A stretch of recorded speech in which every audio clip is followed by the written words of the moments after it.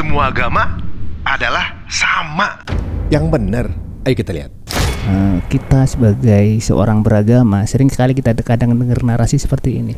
Sebagai seorang beragama kita nggak boleh mengklaim bahwa agama kita yang paling benar. Tapi kalau campaign mengenai semua agama adalah sama, ini baru sekarang apa sejak dari dulu? Ya sudah lama sih, teman didengungkan lagi pada akhir-akhir ini. Campaign pluralisme agama ini memang by design ya, bukan ujuk-ujuk ada saja begitu. Jadi kalau ditarik mundur ke belakang, setelah Cold War antara US dengan Uni Soviet yang dimenangkan US itu dibilang oleh penasihat White House ya tidak boleh kipas-kipas dulu. Ada lagi setelah Uni Soviet ini, yaitu umat Islam.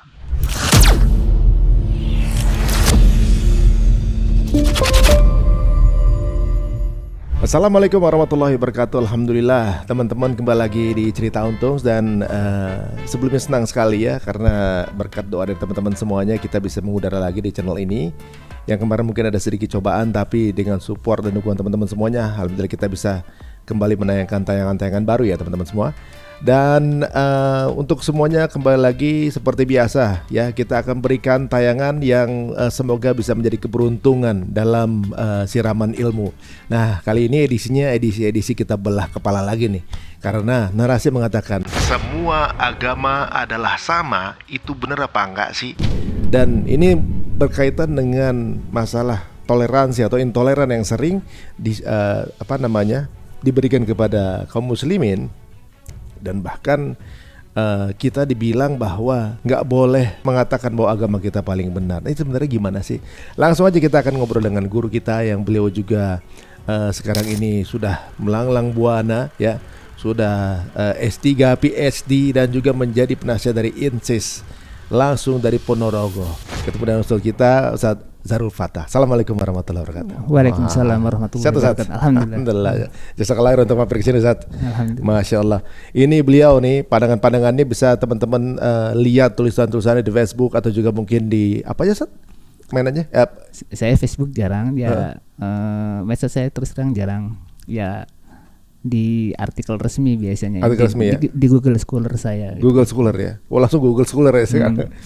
Nah, Ustaz, pasti udah pernah dengar, dan ini menjadi salah satu yang pernah menjadi makalah dari antum nih, bahwa toleransi beragama atau juga mungkin moderasi beragama atau juga narasi semua agama adalah sama gitu kan.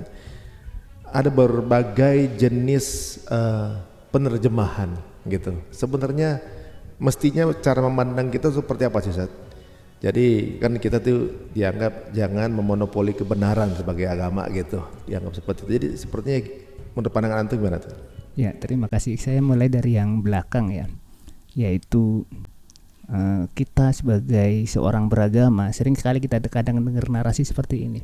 Sebagai seorang beragama kita nggak boleh mengklaim bahwa agama kita yang paling benar, karena klaim truth seperti itu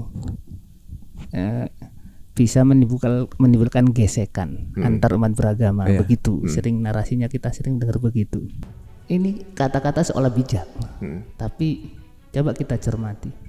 Sebagai muslim misalnya, kita nggak boleh mengklaim bahwa agama kita yang paling benar. Loh, terus di mana rukun iman, rukun Islam kita? Itu belum harus diteruskan. Kita bukan hanya nggak boleh, kita wajib meyakini kebenaran agama kita. Yang tidak boleh itu adalah memaksakan kebenaran yang kita yakini kepada orang lain. Itu nggak boleh. Dan jelas memang la ikraha fiddin. Lanjutkan ayatnya, qad tabayyana rusydu minal ghayy. Tidak ada paksaan dalam memilih agama, karena sudah jelas mana yang baik dan mana yang buruk. Jadi sekali lagi, boleh kita mengklaim kebenaran agama kita. Yang tidak boleh itu adalah memaksakan kebenaran yang kita yakini kepada orang lain. Dan kita tidak boleh yang itu. Yang nggak boleh itu memaksakan kebenaran yang kita yakini. Kalau kita mengklaim bahwa agama kita yang benar, semua penganut agama mengklaim agamanya yang benar. Nah itu hal yang normal ya dengan normal. Karena kita melakukan effort ibadah itu seumur hidup. Jadi kita boleh dong bilang bahwa Ya. kamu meyakini yang paling benar gitu. Lucu aja misalnya kita nggak boleh meyakini kebenaran agama kita sholat, kita menjalankan ritual agama, terus kita pada saat sama nggak confident bahwa benar nggak sholat ini diwajibkan atau enggak, kan aneh aja kan begitu. Jadi narasi yang sok bijak ini harus diluruskan gitu ya. Mengklaim kita dilarang mengaku paling benar agama kita enggak. Jadi dalam beragama itu ada hal-hal yang prinsip, ada hal-hal yang cabang. Dalam hal-hal yang prinsip kita harus yakin, confident, dan nggak boleh berselisih. Tapi dalam hal-hal yang cabang, dalam internal agama Islam sendiri ya, ada hal-hal yang prinsip kita memang harus meyakininya dan tidak ada dibuka sana ruang untuk berselisih. Tapi dalam agama itu ada hal-hal yang sifatnya cabang, furu, yang itu memang pintu perbedaan selalu terbuka dan nggak bisa ditutup. Begitu. Nggak bisa ditutup. Misalnya ya, bahwa sebelum sholat itu kita harus suci dulu dari hadas besar, hadas kecil, itu sesuatu yang prinsip. Nggak bisa kemudian orang bangun tidur punya hadas loncat sholat subuh misalnya. Terus apakah misalnya orang yang berwudu kemudian bersentuhan dengan mahramnya begitu, itu membatalkan atau tidak? Itu masalah furu yang memang nggak bisa disatukan. Jadi bersuci sebelum sholat itu sesuatu yang prinsip. Apakah bersentuhan itu membatalkan atau bersentuhan dengan non-mahramnya itu batal atau tidak, itu wilayah furu dan itu fine-fine saja. Jadi harus dibedakan mana yang prinsip dan mana yang cabang dalam beragama itu. Jadi yang prinsip semua sepakat bahwa itu saklek. Nah, kalau yang furu menghormati perbedaannya. Iya. Berarti gini, kalau kita kembali ke sana dulu, Ustaz. Kalau kita meyakini bahwa agama kita paling benar, di sisi lain kita ada narasi mengatakan bahwa kalau ada umat beragama mengatakan demikian gitu, entah apapun agamanya, itu dianggap nggak toleran. Benar nggak tuh? Patokan toleran itu tidak ada di klaim situ ya. Saya yakin semua umat beragama mengklaim agamanya yang benar, itu fine saja. Jadi biarkan berbeda itu, perbedaan itu, toleransi itu secara logika bahasa itu ada karena perbedaan. Sepakat itu nggak sepakat gitu kan? Iya, artinya kalau disamakan ngapain toleransi wong sama kan begitu. Jadi pelangi itu indah karena berbeda warnanya. Begitu pula agama. Jadi kita masing-masing umat beragama ya memang harus confident dengan agamanya masing-masing. Yang tidak boleh adalah tadi memaksakan keyakinan kita kepada orang lain. Dan Islam jelas prinsipnya itu. Jangan memaksakan gitu.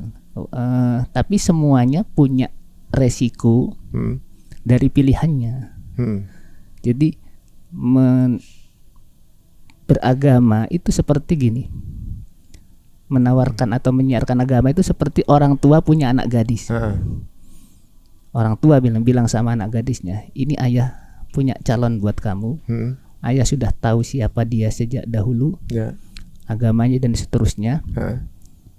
Ini tepat jadi orang yang mendampingi hidupmu. Jadi ayah hanya menyodorkan ini loh, calon yang baik dan baik benar untukmu.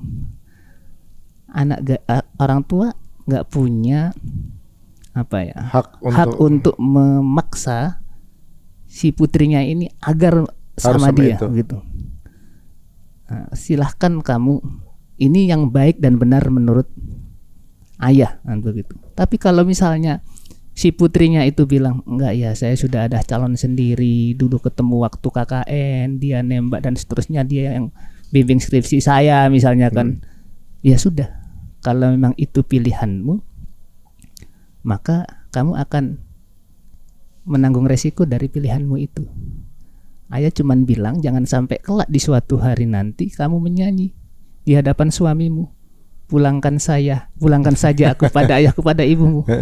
Nah, kita juga begitu dalam beragama. Kita punya tugas untuk mendakwahi atau memberitahu ini loh agama Islam. Sekedar mendakwahkan. Begitu. dengan kata, dengan sikap gitu. Setelah itu ya sudah. Itu sudah bukan wilayah kita. Orang itu mau masuk agama kita udah bukan wilayah kita. Seorang baginda Nabi juga begitu, nggak bisa memaksakan, tapi punya kewajiban menyampaikan agama ini. Ini akhirnya kemudian merembet ke narasi semua agama sama. Kita pikir pakai akal saja ya, pakai logika. Kalau semua agama sama, mengapa Rasulullah berdakwah? Iya. Toh kalau orang yang dakwah Rasul kan beragama juga. Ketika Rasulullah hijrah ke Madinah, beliau mengirim surat ke raja-raja di sekitar Jazirah Arab, ke Raja Parsi, Romawi, ke Raja Mesir, mendakwahkan agama Islam ini. Nah, kalau semua agama sama, ngapain Rasulullah ngutus utusannya bawa surat itu? Bahkan ketika beliau berdakwah di Mekah, orang-orang Mekah itu sudah menyembah Allah. Oh gitu? Iya.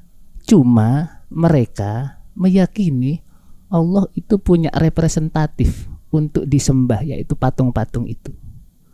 Narasi mereka bahwa menyembah Allah itu ada dalam Al-Quran.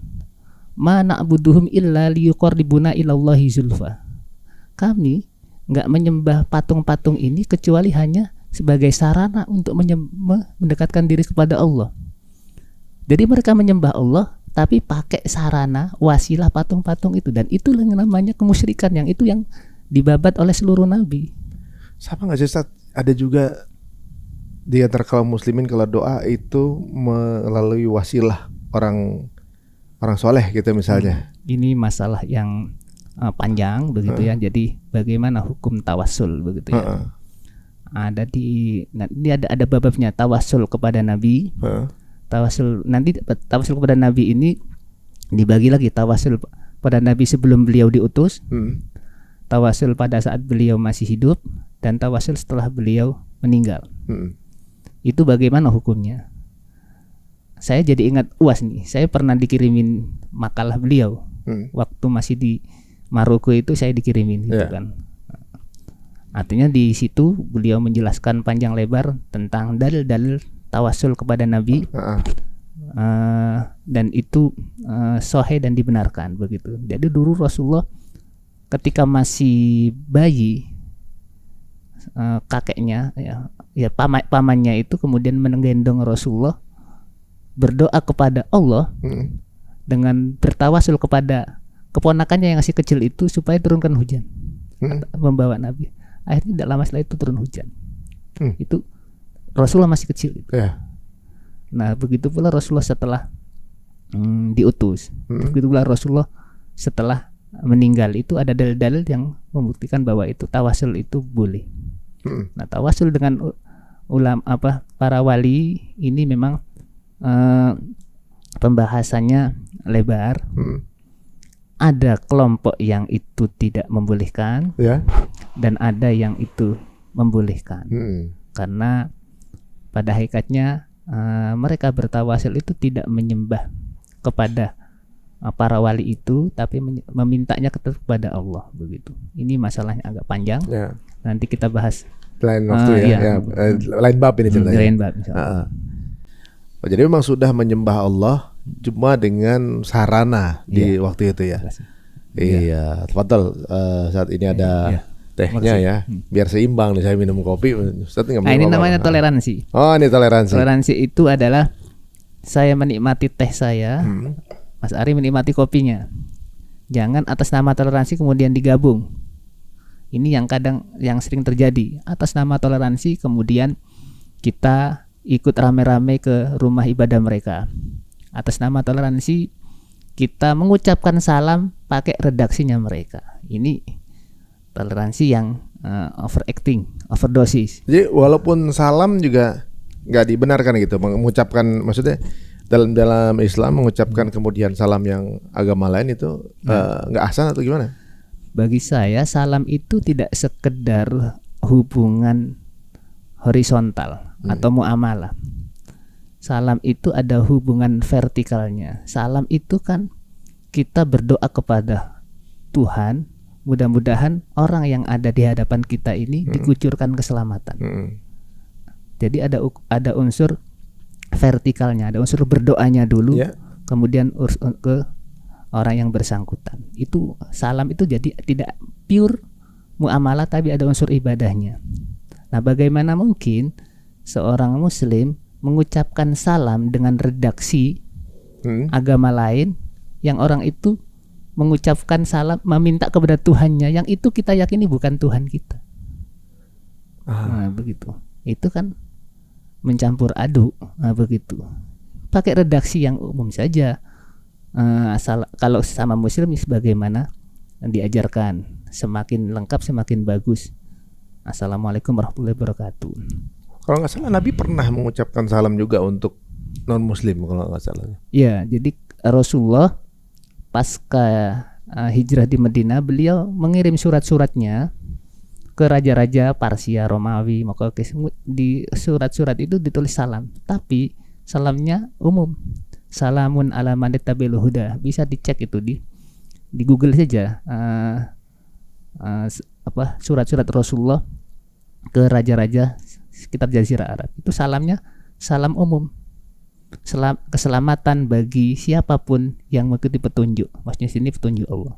Jadi tidak sebagaimana salam seorang muslim kepada yang lainnya. Oh, bukan assalamualaikum warahmatullahi wabarakatuh, bukan ya? Bisa dicek di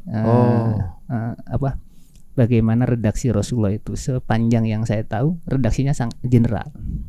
Tapi kalau campaign mengenai semua Tuhan, semua agama adalah sama, ini baru sekarang apa sejak dari dulu?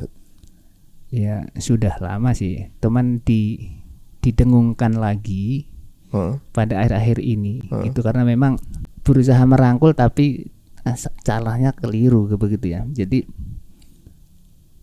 Islam ini seolah-olah dituduh tidak toleran, antisemit gitu. Sehingga kemudian mari kita toleran begitu. Islam sendiri dari nama artinya damai gitu ya. Salam menyerahkan aslama yuslimu itu memasrahkan diri. Siapa yang memasrahkan dirinya kepada Sang Khalik maka dia akan diberi keselamatan begitu. Mari kita lihat fakta sejarah ya. Dulu waktu kita masih kecil kan sering itu dengar Zainuddin MZ pidato ceramah di masyarakat, di negara di mana Islam mayoritas, maka umat Islam berada di non Muslim di situ selalu damai, hidup dalam keadaan damai. Tapi di mana Islam minoritas, maka kita di situ tersudutkan dan seterusnya. Itu masa Zainuddin MZ sering begitu dan memang realitasnya begitu.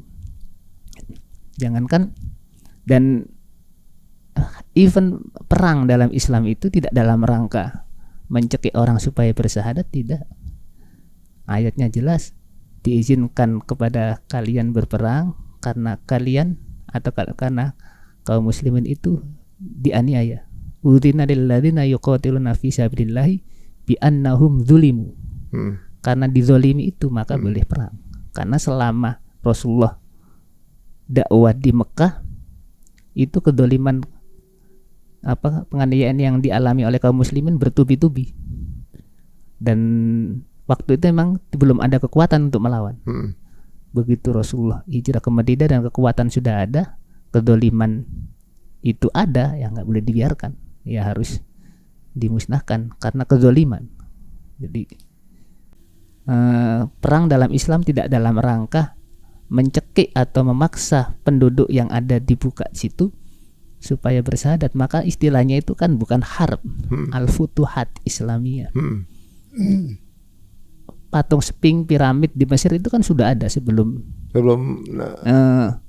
Islam datang, sebelum Amr bin As datang. Sampai sekarang ada. Borobudur itu kan sudah ada sebelum Islam datang, sampai sekarang pun ada. Karena memang perang dalam Islam bukan dalam rangka mengislamkan, memaksa orang untuk Islam begitu. Pohon saja dilindungi, anak-anak nggak boleh tersentuh, orang tua juga demikian. Jadi sesuai dengan agamanya Islam ini syarat dengan kedamaian. Memang sudah toleransi dari ajarannya sebenarnya. Iya. Nah, kita ini kadang sudah toleransi kemudian dijebur-jeburkan, dipaksa-paksa untuk toleransi yang nggak pada tempatnya gitu loh. Harus perayaan di tempat ibadah mereka lah gitu kan. Padahal kata kunci dalam toleransi itu satu, membiarkan. Biarkan saya dengan teh saya membiarkan Mas Ari dengan kopinya. Nggak usah dicampur-campur. Jadi kata kuncinya membiarkan. Bahkan kata menghargai ini agak kurang setuju saya. Mari kita hargai umat beragama, enggak. Kata yang tepat menurut saya, mari kita biarkan orang itu dengan keyakinannya, dengan ritualnya, membiarkan. Ya, jangan diganggu gitu kan ya. Jangan diganggu. Dan enggak usah ikut-ikutan. Kita misalnya habis Idul Fitri kemudian mendatangkan kolega kita yang non muslim kemudian entah apalah gitu kan, kita risih juga. Sebenarnya umat Islam umat non muslim yang punya ritual, kemudian ada sebagian kaum muslimin yang risih juga jangan-jangan. Seharusnya risih begitu. Ya. Sudah dibiarkan saja. Dibiarkan, kemudian itu pilihannya, dan ingat masing-masing punya konsekuensi dari pilihan itu. Cuman yang menarik ini kadang-kadang ada juga beberapa sarjana kita ini yang menarasikan toleransi dengan overdosis. Bagaimana saya pernah beberapa baca ya. Ada sarjana muslim, saya baca tulisannya. Dia bilang begini dalam artikelnya itu. Saya nggak setuju dengan Zakir Naik. Masa orang sebaik Bunda Teresa nanti dikumpulkan bareng di neraka bersamaan Hitler atau Fir'aun? Apa ya begitu? Bagi saya nggak begitu. Saya ini bukan seorang pluralis, kata dia.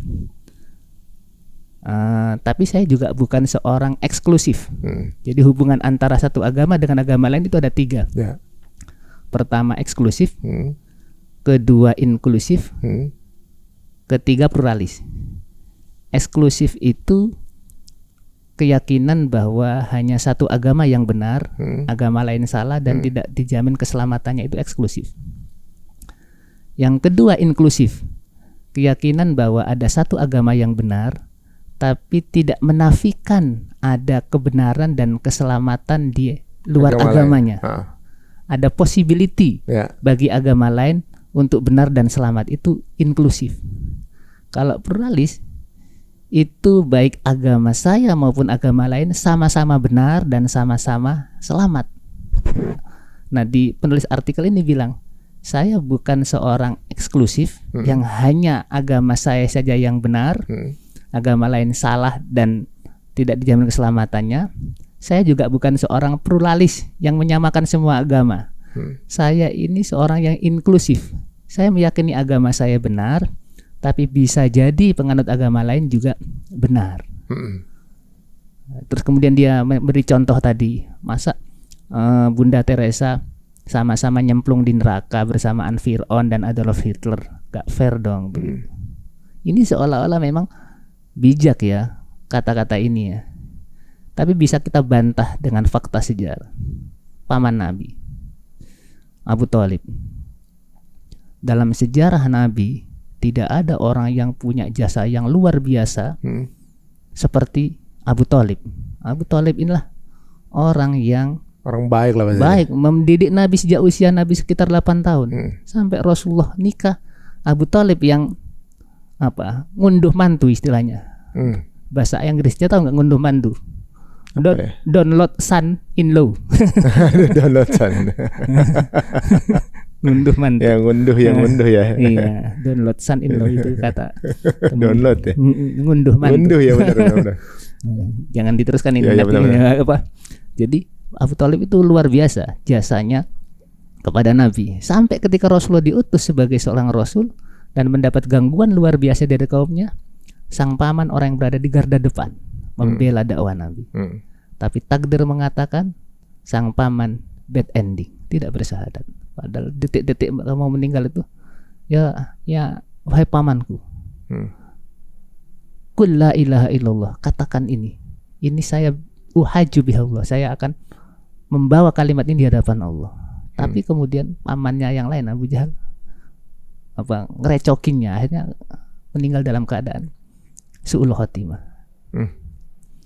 Nah, kemudian paman Rasulullah yang lain, Abbas, dalam satu riwayat bertanya, ya Rasulullah, hal la nafa'ta li ammika fa innahu kana yahutuka wa yahudabulaka. Yang artinya, ya Rasulullah, apakah kamu tidak bisa memberi manfaat atau syafaat sedikit pun kepada pamanmu, maksudnya Abu Thalib ini, karena dia orang yang selalu melindungi kamu dan selalu marah membelamu. Rasulullah menjawab, laula ana lakana fid darkil asfali minan nar. Kalau bukan karena saya, dia berada di kerak neraka paling dalam. Tapi dia fi dohdoh minan nar, di tepi neraka.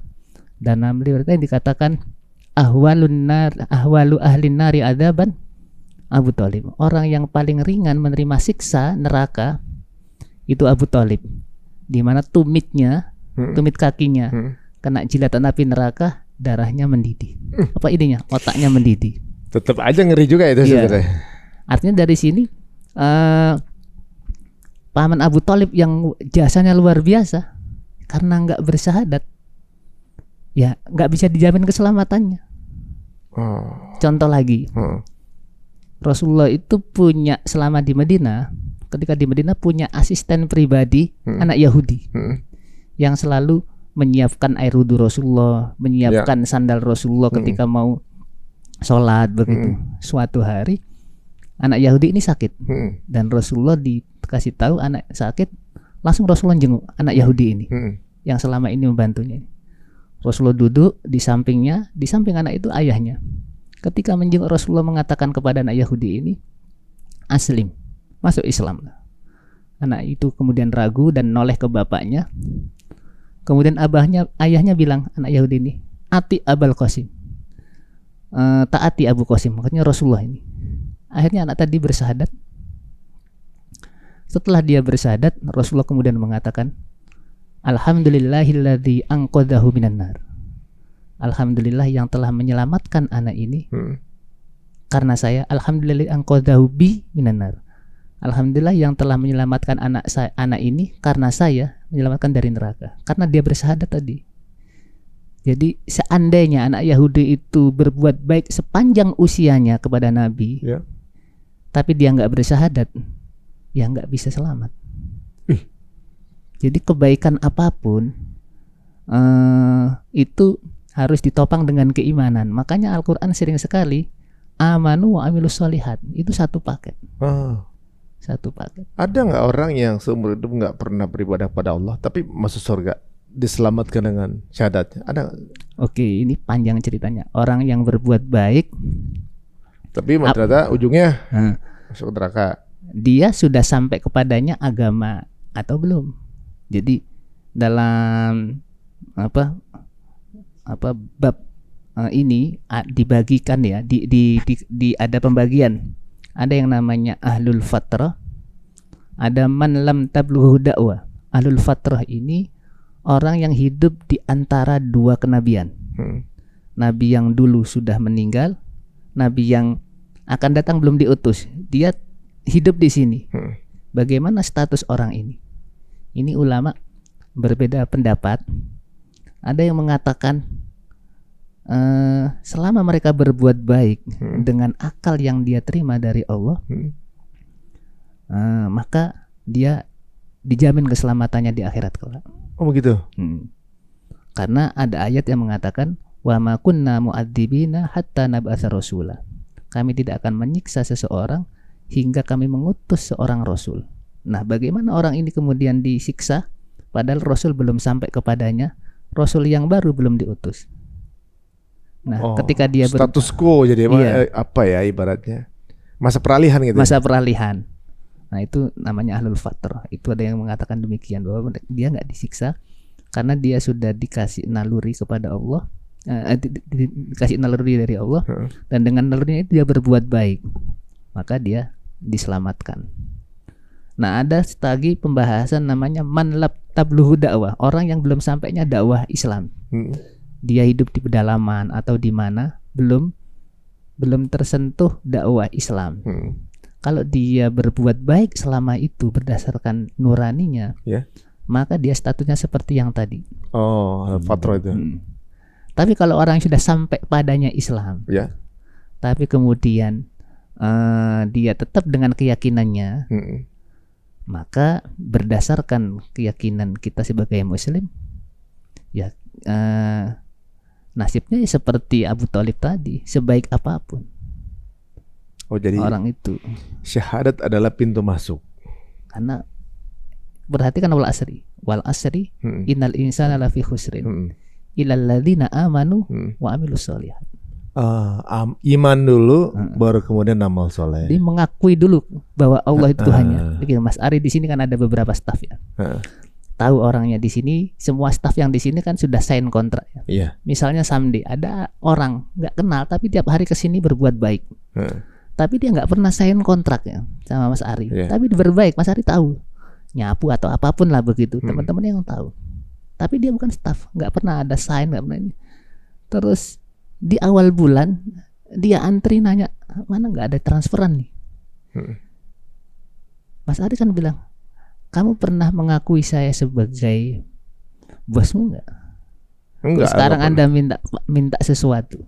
Kalau yang lain itu sudah sign kontrak. Orang-orang ini sudah bersahadat dalam tanda petik ya, sudah mengakui saya bosnya, dan dia sudah tahu job deskripsinya, sudah amilus sholihat, maka wajar kemudian dia mendapatkan pahala dari apa yang dia kerjakan. Nah, kalau Anda kan nggak pernah mengakui saya sebagai Tuhan, kok sekarang mengetuk pintu saya minta reward dari yang selama ini Anda kerjakan. Iya. Analoginya kurang lebih seperti itu. Iya benar. Sama kayak orang lagi lomba lari ya. Lagi lomba lari, tiba-tiba di jalannya, di tempat jalanan lain yang nggak ikut lomba lari lebih kenceng. Sampai ujung dia minta dia sama panitia, lu daftar aja enggak gitu. Kan ada itu di kameramannya lebih cepat itu kan. Benar-benar. Daftar lombanya aja enggak, mau minta hadiahnya gitu. Bener juga ya. Kadang-kadang orang terdikoy dengan fokus yang salah gitu. Ya berarti kan seperti kayak misalnya orang sekolah dari SD sampai SMA dapat ijazah gitu, sedangkan ada orang yang lebih pintar tapi nggak ikut satu sekolah itu, minta ijazah itu nggak mungkin dikasih juga kan. Iya.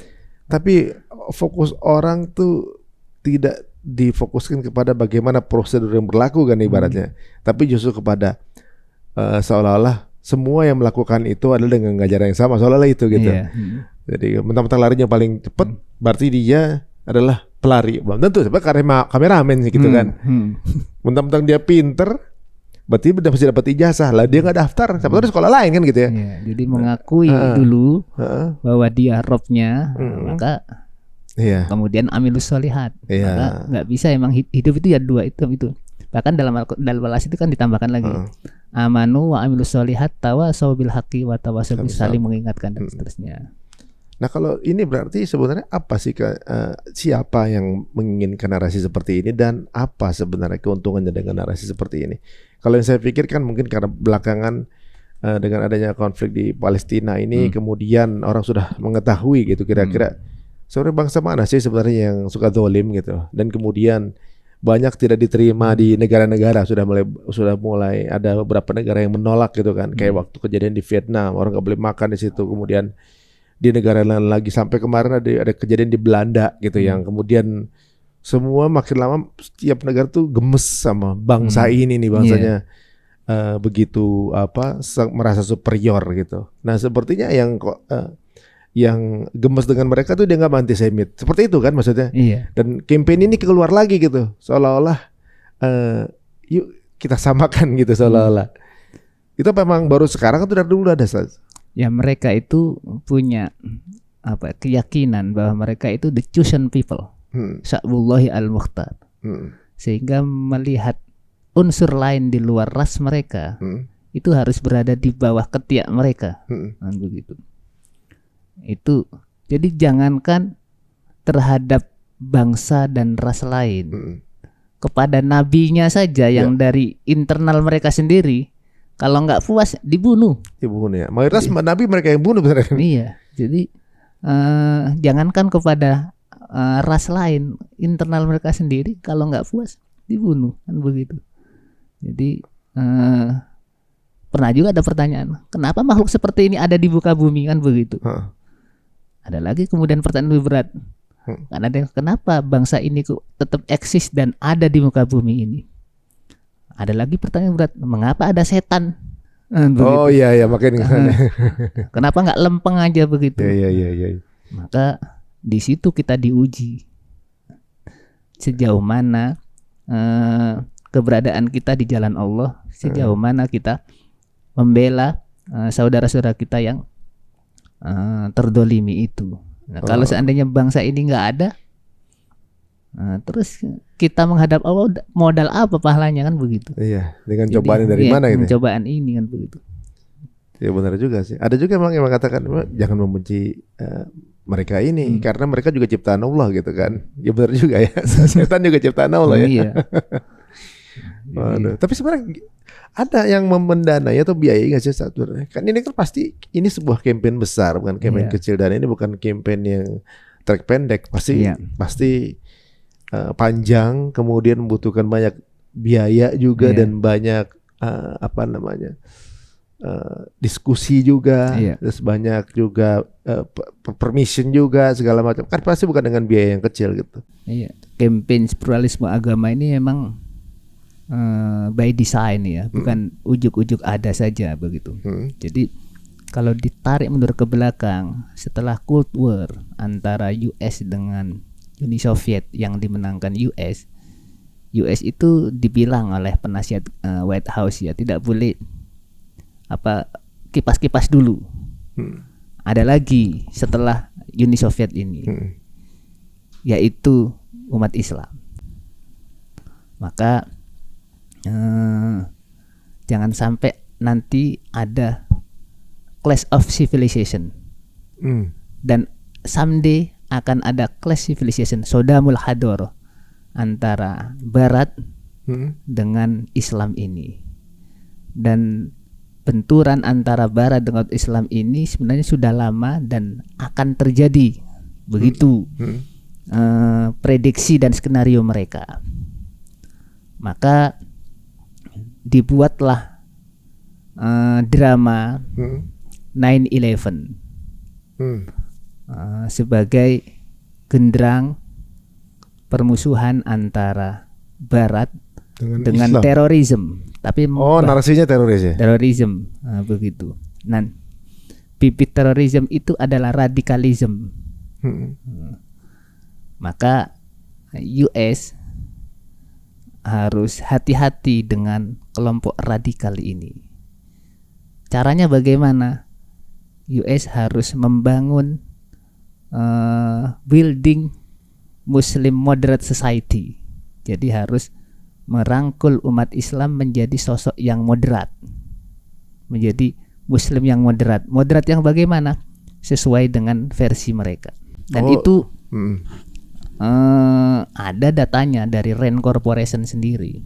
Saya pikir tadinya jadi Muslim yang moderat boleh-boleh aja dalam Islam gitu. Maksudnya lebih terbuka, lebih open mind gitu kan. Iya, jadi memang kata moderat ini akhir-akhir ini kan laris ya. Jadi moderasi beragama. Sebenarnya moderasi beragama itself itu kan terjemahan dari wasatiyah.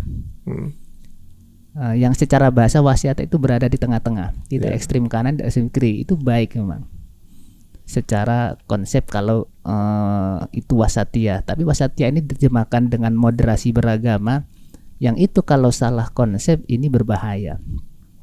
Inti dari moderasi beragama itu kan toleransi.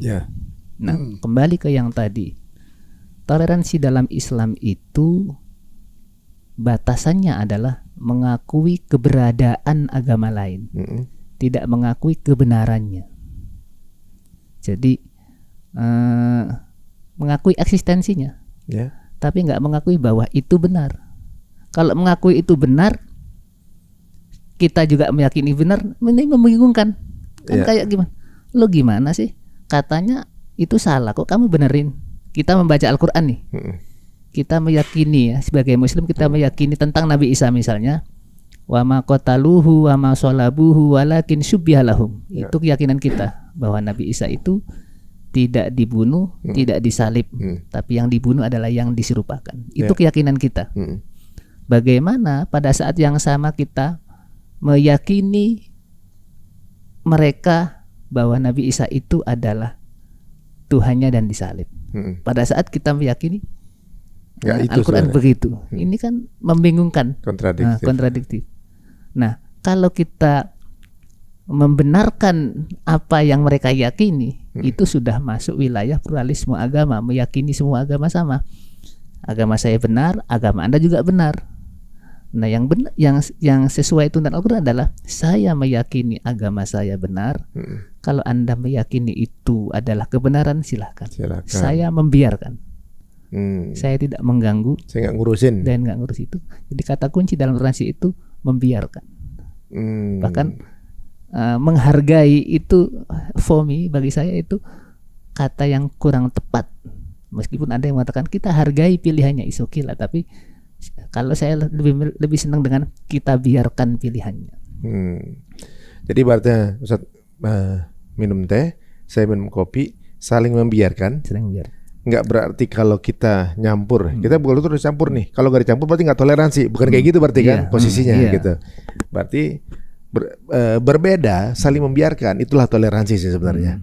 Nggak kemudian memaksakan harus, kalau saya minum kopi, Ustaz juga harus minum kopi dong. Nah, itu betul nggak toleransi sebenarnya, justru nggak toleransi itu ya.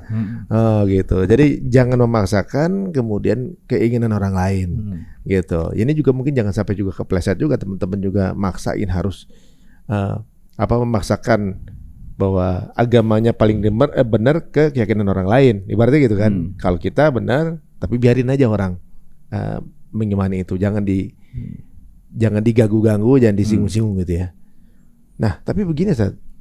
Ini kan dibawa ke ranah toleransi ya, ibaratnya ya banyaklah contoh di negara kita. Mungkin kalau saya sebut lagi orang udah pada paham semua dan nanti takutnya menyalahkan sesuatu yang rame setiap tahun kalau lagi akhir tahun gitu kan. Kalau lagi akhir tahun pasti ramenya adalah kok nggak ngucapin kan gitu intinya kan. Udah bulan 11 ini kan. Apa? Bulan 11 ini kan. Bulan 11 ya ini. Maksudnya kalau nggak ngucapin maka kita berarti nggak toleran gitu. Jadi tolerannya sebenarnya adalah ketika umat lain merayakan, kita jangan ganggu apa-apa kan gitu ya. Segitu aja. Iya. Saya yakin Mas Adi punya teman non-muslim. Saya juga punya tetangga di RT sama yang di RT saya, tempat saya tinggal itu ada tiga kakak, 3 apa 4 ya gitu. Saya selama bertetangga sama dia fine saja, nggak mengucapkan itu. Iya, mereka juga nggak mentingin juga kan, mau ngucapin mau nggak bebas aja gitu. Jadi mereka paham kita kenapa kok seolah-olah menganggap diri kita nggak toleran kalau nggak mengucapkan itu. Selama ini sama saja, nggak ada yang buang sampah di hadapan rumah saya gara-gara saya nggak mengucapkan, nggak juga. Walaupun nggak mengucapkan, tapi kita diminta untuk terbaik dengan tetangga kita atau rekan kita atau siapapun di lingkungan kita yang berbeda keyakinan gitu kan. Intinya umat Islam itu nggak usah diajari ya untuk bertoleransi, sudah dari sononya gitu ya kata orang Betawi. Kita ini memang harus toleransi begitu. Nah, mengenai campaign ini kira-kira yang membiayai siapa? Pernah denger ini Rand Corporation ya. Jadi Rand Corporation ini sebuah lembaga riset di Amerika sana. Jadi Presiden Amerika itu boleh berganti-ganti, tapi kebijakan luar negeri Amerika Serikat terutama terhadap dunia Islam itu sangat tergantung dengan rekomendasi dari Rand Corporation ini. Ada laporan Rand Corporation berjudul tahun 2007 kalau nggak salah, judulnya Building Moderate Muslim Network. Nah, intinya umat US harus bisa menjalin hubungan atau meng-create atau membuat Muslim yang ada di dunia ini menjadi sosok yang moderat. Tapi moderat versi Amerika, yang diantara ciri-cirinya itu adalah mendukung pluralisme tadi, pluralisme agama. Kemudian mendukung gender equality. Kemudian demokrasi dalam tidak disebutkan dalam politik saja, dalam secara umum. Itu diantara yang harus disupport oleh US. Jadi di situ tertulis narasinya ya. Coba kita lihat di sini. Some Muslim teachers, although of moderate disposition, lack the ability to link Islamic teaching explicitly with democratic values. Jadi beberapa guru Muslim atau sarjana Muslim, meskipun mereka berada di posisi yang moderat, modern, tapi kurang kemampuan untuk menyambungkan atau melingkan ajaran-ajaran Islam secara eksplisit dengan nilai-nilai demokrasi. In response, sebagai responnya, di Asia Foundation ini LSM asing yang banyak mendanai LSM di Indonesia ya. Asia Foundation ini telah mengembangkan suatu program membantu usaha-usaha ulama moderat yang mampu melingkan teks-teks agama dengan dan tradisi-tradisi ajaran agama yang mensupport nilai-nilai demokrasi. The result is, hasilnya adalah lahirlah sebuah tulisan tentang fikih that support, yang mendukung demokrasi, pluralism, and gender equality. Jadi Asia Foundation ini siap memberi dana sarjana-sarjana Muslim yang mau melingkan nilai-nilai demokrasi dengan ajaran-ajaran agama, dengan teks-teks Al-Quran dan hadis. Misalnya semua agama sama, ini ayatnya nih, begitu. Perempuan dan laki-laki itu sejajar, setara, ini ayatnya nih, ini dalil-dalilnya begitu. Oh, jadi maksudnya mereka ditugasi untuk menormalisasi penyimpangan tadi, misalnya kayak gender atau apa saja yang menjadi campaign mereka. Kalau bisa dinormalisasi ke dalam Islam, maka dia akan mendapatkan pembiayaan gitu maksudnya. Iya. Oh. Dinormatifkan gitu ya. Jadi pluralisme agama ini ada sandaran normatifnya dari teks-teks agama. Ya, dicarikan dalilnya gitu. Iya, ada dalilnya, dipelintir-pelintir. Ini ayatnya bahwa semua agama sama. Kemudian ini dalilnya bahwa Islam juga mendukung gender equality, kesetaraan gender. Ini dalilnya bahwa Islam juga mendukung demokrasi dalam arti yang luas ya. Misalnya inti dari demokrasi ini kan suara mayoritas, suara Tuhan. Jadi kalau mayoritas misalnya dalam sebuah komunitas atau sebuah negara mengesahkan boleh pernikahan LGBT, ya itu demokrasi, sah-sah saja. Nah itu demokrasi itu kan begitu. Oh, jadi kalau misalnya orang banyak udah bilang ini boleh, berarti itu yang benar. Nah, kita udah jadi dasar hukum dari Islam udah nggak kepake lagi. Iya, udah dipinggirkan. Itu demokrasi dalam arti yang luas seperti itu. Nah, itu kalau ada sarjana Muslim yang campaign tentang itu berupa tulisan atau apapun, itu dapat dana. Kalau mereka sudah gembor-gembor semua agama sama, kemudian teriak-teriak nulis, nggak ada, itu kata Pak Editor Wahid ya, khosirat dunia wal akhirah, rugi dunia dan akhirat. Sudah jualan semua agama sama, nggak dapat apa-apa. Terus kemudian dia nulis itu kan ada konsekuensinya nanti di akhirat ya. Karena dalam surah Yasin ada satu ayat yang hendaknya harus hati-hati melempar wacana baik berupa lisan maupun tulisan. Misalnya semua agama sama dan seterusnya kayak tadi. Ini kalau dibaca dan didengar orang, kemudian orang jadi meyakini itu, ini meyakini narasi tadi, orang ada konsekuensinya. Ada ayat yang harus kita hati-hati, yaitu dalam surah Yasin tadi, inna nahnu nuhyil mauta, sesungguhnya kami menghidupkan yang sudah mati. Wa naktubu ma qaddamu, kata Allah, kami tulis apa yang mereka lakukan. Wa atharahum, jejak dari perbuatan itu. Wa kulla syai'in ahsainahu fi imamin mubin, dan segala sesuatu kami catat dalam catatan yang jelas. Jadi ketika seorang sarjana muslim dia nulis buku bahwa semua agama sama, masa seorang Bunda Teresa nyemplung satu kolam di neraka bersamaan Hitler, apa ya begitu dan seterusnya. Saat dia nulis ada konsekuensinya. Kemudian ketika selama dia tidak meralat tulisan itu, maka akan ada pertanggungjawabannya. Nah, hati-hati. Jadi maka melempar wacana itu harus hati-hati. Berat juga ya? Iya, makanya dalam tradisi ulama dulu ada istilah taroju, mencabut apa yang dulu pernah dikatakan. Imam Syafi'i saja dalam masalah-masalah fikih, dalam masalah-masalah yang cabang, ada dikenal istilah qaul qadim, qaul jadid. Nah, apalagi dalam masalah-masalah prinsip. Maka orang yang merasa narasi yang pernah ditulisnya, yang pernah diucapkan itu salah, hendaknya dicabut. Karena kalau tidak, dan itu kemudian terbaca oleh generasi berikutnya, itu masuk dalam tadi jejaknya tadi. Maka hati-hati bernarasi, hati-hati kemudian menulis. Makanya itulah kemudian di dunia akademik skripsi tesis diuji.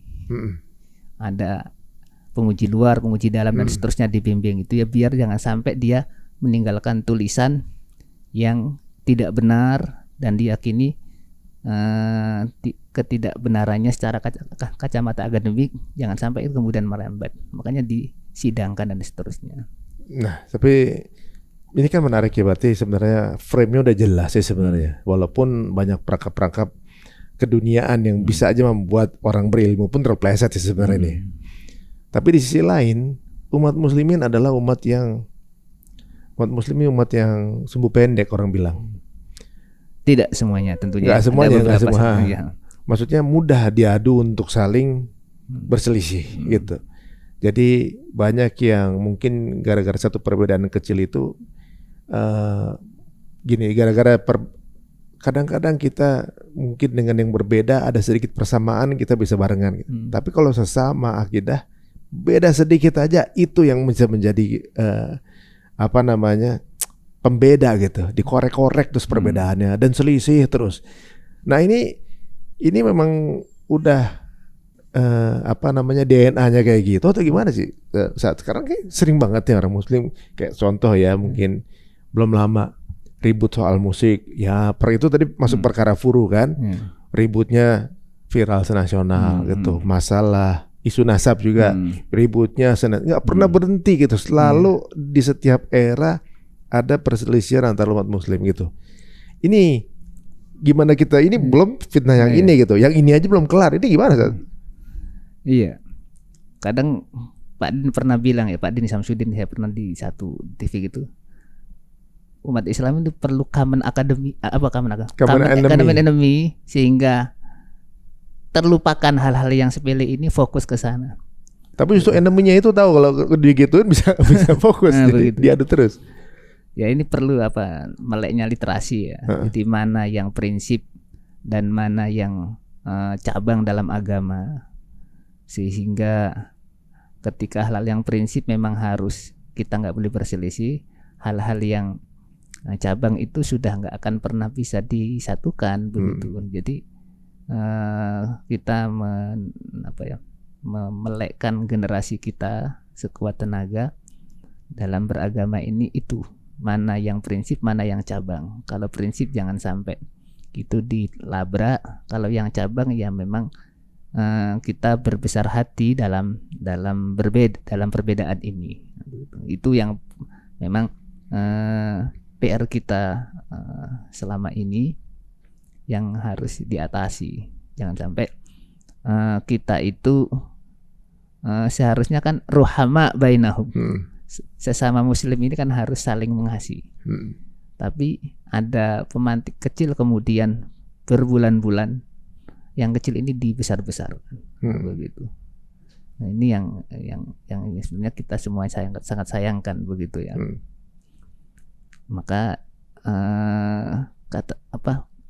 kata kuncinya dalam meredahkan masalah ini ya, yu'khadul ilmu min ahli. Ilmu itu diambil dari yang punya otoritasnya. Ya. Jadi kalau dia ngomong, si A ini ngomong begini, dia punya otoritas di bidangnya atau tidak? Kalau tidak, ya sudah, tidak kita ambil, kita pergi ke orang yang punya otoritas di bidangnya. Dalam masalah dunia kan begitu. Ya. Kita sakit mata, tentu pergi ke dokter mata. Ya. Kita sakit telinga, ke dokter THT, kan begitu. Maka begitu pula dalam urusan agama. Ketika ada permasalahan, kita nanya kepada ustadz, kepada yang punya otoritas di bidangnya, begitu. Yang menjadi masalah itu adalah tidak punya otoritas di bidangnya, kemudian dia berbicara tentang itu. Padahal Al-Quran sendiri sudah melarang, kan? Wala taqfu ma laysa laka bihi ilm. Jangan kalian berbicara atau mengatakan sesuatu yang Anda tidak punya ilmunya, kapasitasnya gitu. Ya, jadi baru istilahnya orang karate, baru sabuknya apa itu ya? Putih. Nah, sudah ini manggung kemana-mana, nantang kemana-mana, ini kan ini yang menjadi masalah. Begitu. Apalagi dunia sosmed kayak gini kan, iya, semua seperti punya platform dan semuanya bisa ngomong secara secara pendapatnya pribadi untuk kemudian menyalahkan, padahal dia nggak tahu latar belakangnya seperti itu kadang-kadang gitu ya. Makanya saya juga suka juga nih di channel ini, saya justru tanya sama yang berilmu, baiknya seperti apa kita merespon, kan begitu. Nah, ini yang mungkin menjadi tantangan di zaman sekarang, di mana justru dengan maraknya media mudah diakses, justru kebenaran dari medianya sekarang yang menjadi masalah gitu kan. Ya kadang-kadang ada juga mungkin pendapat-pendapat yang justru malah memperkeruh suasana, kemudian membuat perselisihan, bukannya menjadi bahan diskusi, tapi justru malah menjadi bahan retaknya sebuah hubungan antar umat. Ini sangat disayangkan. Tapi zaman dulu memang sudah terjadi atau gimana? Ya, nggak sedasar seperti ini gitu ya. Artinya namanya provokator, orang yang sakit hati, kemudian mencari masalah, itu sudah ada begitu ya. Dan ketika Rasulullah dakwah di Mekah, cuman ada dua ya, Muslim dengan kaum kafir Quraisy. Ya. Begitu sampai di Madinah, ada Muslim, ada non Muslim, yang waktu itu orang Yahudi, dan ada orang munafik yang secara fisik itu Muslim. Tapi dia musuh dalam bantal, musuh dalam selimut. Gitu. Daging dalam duri. Duri dalam daging. Iya, duri dalam daging. Sengaja saya plesetkan. Gitu. Jadi justru memang sudah ada dari zaman Nabi bahkan. Iya, jadi ya itu yang orang-orang dakwah Nabi. Jadi orang-orang yang memprovokasi dan seterusnya itu sudah ada dari dulu. Kalau kita membaca surah Al-Baqarah itu akan dijelaskan bahwa ada 3 jenis manusia itu kapanpun. Amanu, kemudian kafaru, nanti di bawahnya itu tentang munafik. Begitu. Emang ketiga golongannya selalu ada. Selalu ada. Oh, jangan kalau zaman Nabi itu gara-gara sakit hati. Sakit hati. Kemudian orang-orang munafik itu. Jadi ceritanya ini, cikal bakalnya kalau munafik itu kan pemimpinnya kan Abdullah bin Ubay bin Salul. Itu ceritanya itu. Abdullah bin Ubay bin Salul ini kan dulu penduduk Yathrib, ya. Medina itu selalu bertikai. Dua suku ini, Aus dan Khosrot. Ya. Provokatornya, dalangnya ini orang Yahudi yang ada di sana. Bertahun-tahun mereka itu dibuat bertikai memang sama orang Yahudi. Begitu. Setelah sekian tahun berjalan, dua suku ini akhirnya menyadari bahwa selama ini mereka diadu domba. Dan mereka mengakhiri peperangan itu dan bersepakat akan mengangkat seseorang namanya Abdullah bin Ubay bin Salul menjadi pemimpinnya, kan begitu. Sudah ini calon tunggal, nggak ada lawan gitu ya. Dia sudah hampir sudah dipastikan secara hitungan KPU lah kalau misalnya kita akan jadi presiden, kan begitu. Hampir udah pasti lah ya. Calon tunggal. Kemudian ada 9 orang Medina kalau nggak salah itu pergi haji. pergi haji, dan orang Madinah ini mendapati dakwah Nabi yang ada di Mekah. Jadi mereka ini belum kenal Nabi tapi sudah pergi haji. Sudah, ibadah haji itu kan sudah ada sebelum umat Islam Rasulullah diutus ya, itu kan syariat Nabi Ibrahim ya gitu. Mereka haji, dan mereka orang Madinah ini selama ini sudah mendengar nama Nabi dari orang Yahudi. Dari orang Yahudi bahwa ada Nabi akhir zaman gini. Ciri-cirinya begini, nanti akan hijrah ke Madinah. Mereka itu sudah tahu, orang Yahudi itu. Nah, 9 orang Madinah, yang 9 kalau nggak salah jumlahnya, pergi haji, akhirnya didakwahi Nabi dan singkatnya mereka masuk Islam. Balik ke Madinah, mereka cerita tentang Nabi akhir zaman yang selama ini mereka dengar dari orang Yahudi. Akhirnya nama baginda Nabi ini viral di Madinah. Viral, kemudian budak-budak kemudian mengalu-alukan sosok baginda Nabi ini. Menunggu gitu. Menunggu. Ternyata yang selama ini kita dengar dari Yahudi sudah datang nih Nabi yang akhir zaman ini. Nabi Muhammad namanya viral. Abdullah bin Ubay bin Salul ini kemudian redup namanya. Redup. Dan kemudian Rasulullah hijrah. Abdullah bin Ubay nggak jadi pemimpin. Sakit hati dia. Masuk Islam. Jadilah kaum munafik dan memprovokasi yang lainnya. Ya. Itu dari situ. Berarti memang ada dasar-dasar sebab yang mirip-mirip jika pun terjadi saat ini gitu ya. Iya. Ada satu kepentingan yang nggak jadi, ada kemungkinan sakit hati, ada sesuatu hal yang ya intinya sebenarnya di kebutuhan dunianya semua itu ya. Itulah. Yang kemudian agama itu adalah sebagai penghalangnya, 1, 2, atau juga mungkin dianggap bahwa agama ini adalah alat untuk kemudian kendaraannya dia. Yang kemudian dia menghasut banyak orang itu untuk jadi munafik. Banyak orang, dan sampai meninggal dia bad ending begitu. Tapi menariknya Abdullah bin Ubay bin Salul ini punya anak namanya Abdullah dan anaknya soleh. Begitu. Masya Allah. Anaknya soleh, anaknya baik, nggak seperti ayahnya begitu ya. Tapi Rasulullah ada panjang lagi cerita. Jadi ketika Rasulullah ketika Abdullah bin Ubay sakit, sang anaknya namanya Abdullah ini menghadap Rasulullah bahwa sakit. Rasulullah pun menjenguk salah seorang sahabat Umar gitu kan. Duh, Rasulullah, beliau ini kan duri dalam daging selama Anda tahu betul. Ya udah nggak apa-apa kan, kita bagaimanapun juga secara dohir dia seorang muslim. Kemudian datang lagi mengabarkan sudah meninggal. Rasulullah kemudian mendatangi, mengimami sholat jenazahnya. Bahkan Rasulullah ngasih jubahnya untuk dibalutkan di kafannya atas permintaan anaknya Abdullah tadi. Rasulullah kasih. Sahabat Umar radhiyallahu anhu kaget dengan kebaikan Rasulullah ini.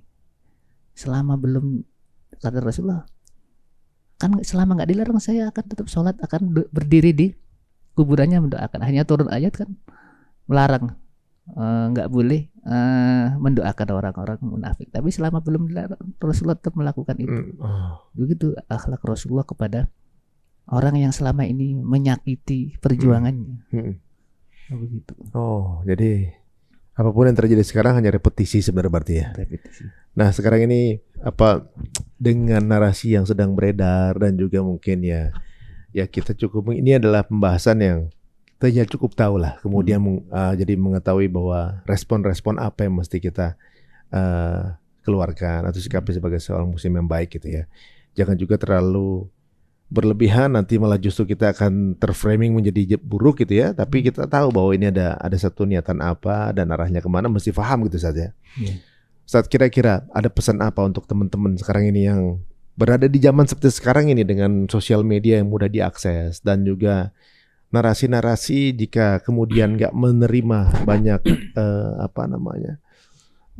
budaya-budaya mungkin yang nggak searah dengan syariah, maka dianggap nggak toleran gitu misalnya. Apakah kita dengan santai aja atau bersabar, atau apakah sikap yang paling cocok untuk dihadapi ini? Pertama tadi sudah pernah saya singgung ya, bahwa ketika arus informasi semakin deras gitu kan, di mana kesalahan atau kebohongan yang berkali-kali dinarasikan nanti lama-lama seolah-olah menjadi sebuah kebenaran begitu kan, itu kan begitu trennya sekarang itu. Maka tadi yukhadul ilmu min ahli, jadi ilmu itu diambil dari yang punya kapasitasnya. Jadi meskipun narasi itu berulang kali-kali, tapi ternyata berdasarkan kacamata ilmu yang kita yakini, kita oleh dari orang yang punya kompetensi di bidangnya, ya kita harus tetap menyuarakan ini. Meskipun di sana orang menyuarakan berbeda dengan keyakinan, tapi kita harus punya prinsip. Punya prinsip, nggak boleh larut, kan begitu. Dan memang kebenaran itu selalunya itu tidak identik dengan mayoritas. Jumlah yang banyak, tapi suatu saat akan menang, kita harus yakin itu.